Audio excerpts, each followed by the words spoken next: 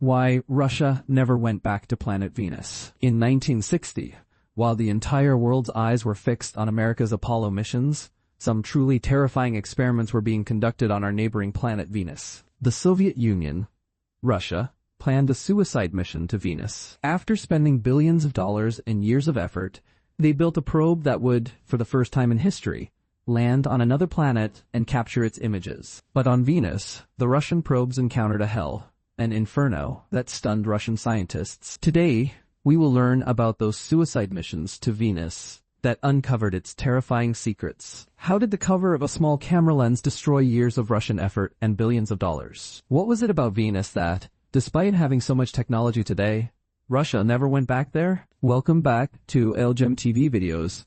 Dear viewers, in the 1960s and 70s, the Cold War was at its peak. The competition between America and present-day Russia was about who would become the king of space. Both countries had to do something that would demonstrate their power and capability to the world. In this race, America focused all its energy on the moon. Russia had already won part of this race by landing their probes on the moon. But American President John F. Kennedy had promised the world that he would land the first human on the moon before 1970, a very bold claim. When the Russians saw that America might actually reach the moon, they turned their target to Venus. Their goal was to prove that if America could go to the moon, Russia could set foot on hell itself. Until then, scientists thought that Venus and Earth were very similar.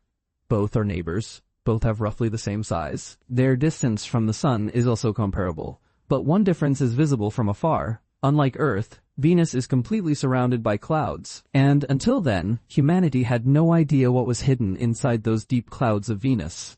Even for scientists, it was a secret box. Russia felt that the moon could be seen even with a telescope. If they showed the world the inside of Venus, that would perhaps be an even greater feat than America landing on the moon. And if oceans, forests, or alien creatures were captured inside those clouds, that would be a clear victory for the Russians. With this in mind, the Russians planned not 1 or 2, but 18 entire missions to Venus. The probe they designed for this was named Venera, which means Venus in Russian. At that time, scientists were sure of one thing.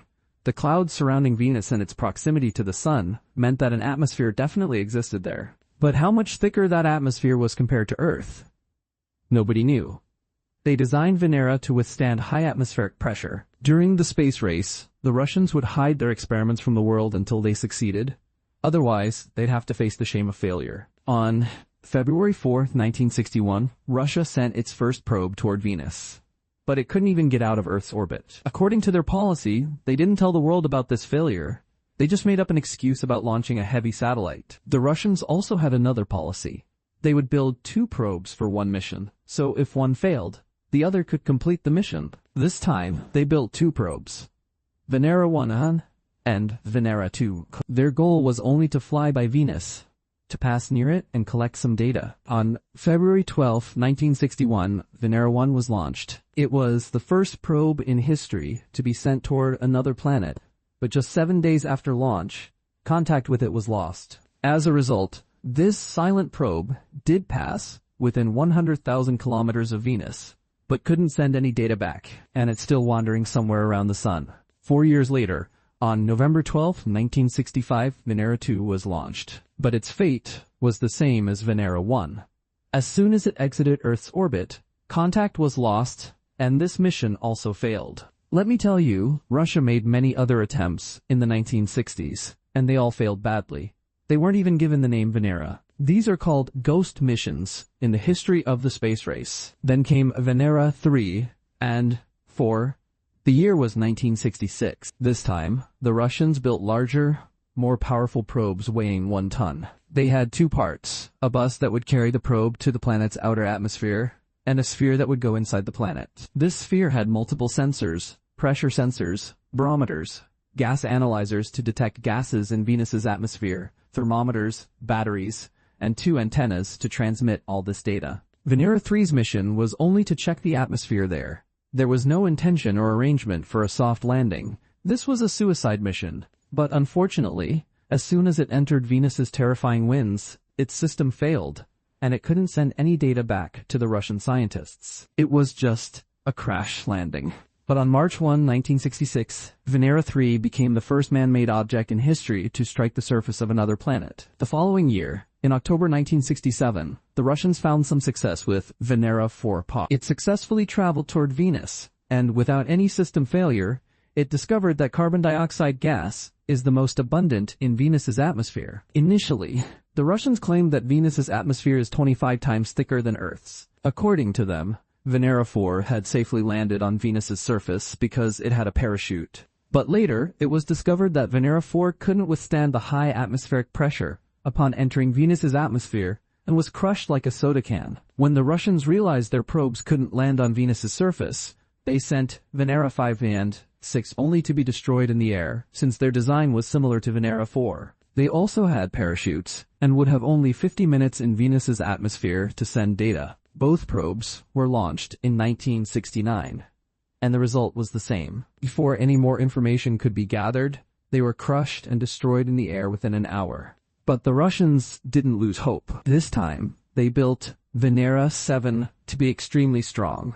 A tank-like probe. It was so heavy and sturdy that its only purpose was to survive on Venus. In the pursuit of strength, not many scientific instruments were installed. But perhaps Venera's luck was just bad. At the time of landing, due to a technical issue, its switchboard got stuck in such a position that it could only send temperature data. However, the Russian scientists were so clever that from just that temperature data, they calculated that the atmospheric pressure on Venus's surface is 90 times greater than Earth's, equivalent to the pressure at 1 kilometer deep in the ocean. And then, when Venera 7 was nearing landing, another problem arose. Its parachute tore, and it crashed onto Venus's surface at a speed of 17 meters per second. The good news: Venera 7 survived. The bad news: it landed upside down, with its antenna pointing downward. But the Russian scientists didn't lose hope. Despite the antenna being down, they managed to capture weak signals. In a fallen, broken condition, but still, Venera 7 maintained contact with Earth for the next 23 minutes from Venus's surface. Thus, it became the first man-made object in history to land on another planet's surface and send signals from there. But the temperature it detected on Venus's surface sent chills down the world's spine. 65 degrees Celsius was recorded, more than double the temperature of an oven. Another astonishing thing: while it was falling toward Venus, it was continuously sending radio signals to Earth. At that time, Russian scientists noticed that as it fell, there was something pushing Venera 7 from the side, because this movement was causing a slight change in the radio frequency. This frequency shift is called the Doppler effect. By calculating it, they estimated that Venus's atmosphere has stormy winds at 360 kilometers per hour, pushing the probe sideways. That's far faster than even the biggest storms on Earth. Venera 8's mission was more advanced than all previous missions, because the Russians now knew what kind of terrifying enemy they were dealing with. 90 times greater pressure, 360-kilometer storms, and heat hotter than a tandoor oven. Venera 8 was equipped with a gamma spectrometer to test the soil, and a light sensor. This time, unlike Venera 7, it was deliberately landed during the day so they could determine how much light there is on Venus during daytime. The light sensor confirmed that, despite the thick clouds, Venus's surface has enough light for things to be visible. The light sensor also revealed that sunlight scatters everywhere, like when we have dense clouds on Earth. Venera 8 survived on Venus's surface for 60 minutes. Withstanding 465 degrees Celsius heat and such pressure for an hour was nothing short of a miracle. The era of Venera 9 to 12 was a period of both Russia's greatest successes and greatest misfortunes. The design of these 4 probes was quite different. They weighed over 5 tons and had a strange UFO-like lander. There was a central round compartment housing all the delicate electronics protected from heat and pressure. At the bottom was a crush ring that would compress on landing, acting as a shock absorber. At the top was a canopy-like device called an aerobrake to reduce speed before landing. These probes also carried something everyone was waiting for. Yes, cameras. Each probe had 2 cameras to get a 360 degrees view of Venus. But at the last moment, something went wrong.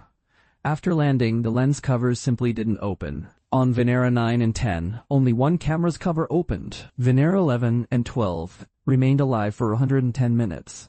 But unfortunately, both lens caps on both probes failed to open. They sent lots of data, but not a single image. On October 2, 1975, Venera 9, with the help of just one lens, sent the first image of Venus. It was a historic moment. A man-made machine had sent a picture from another planet. The world saw that Venus is not a sandy desert, but a rocky, terrifying landscape littered with sharp stones.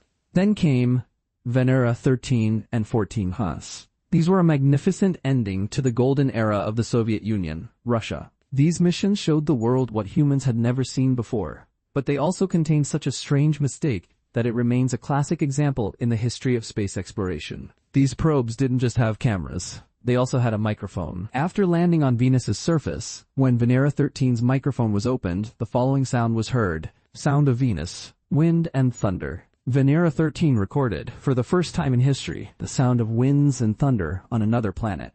It also had a drill and a seismometer. The soil samples were enough to determine that earthquakes also occur on Venus.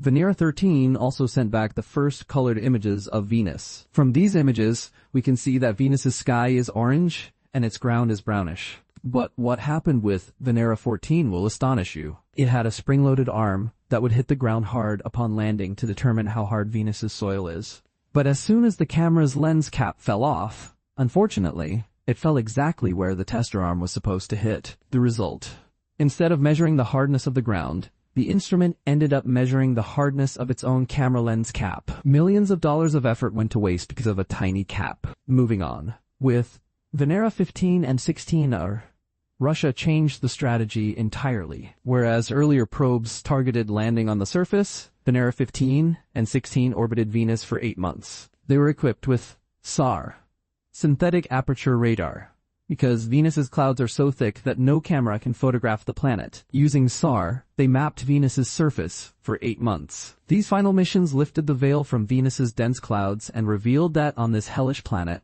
there are mountains 8 kilometers high and cracks thousands of kilometers long. Thanks to these Soviet missions, we can see a complete map of Venus today. Yes, America called Russia's Venera missions a failed experiment, but it's because of them that we know how hot Venus is, that the pressure there is 90 times greater than Earth, that its sky contains carbon dioxide gas and clouds of sulfuric acid, a corrosive acid, that hellishly hot, stormy winds blow constantly, and that its surface is rocky and covered with sharp stones. During the space race, the Soviet Union conducted so many missions to Venus, some secret, some public, that many people still recognize it as the Soviet planet. Even many valleys and craters there have been given Russian names. Question for the comments. Venus's clouds are made of sulfuric acid, so why can't the acid rain reach the ground? We hope you liked this Algem TV video. Please like and share it. Thank you so much for your loving comments. See you in the next amazing video.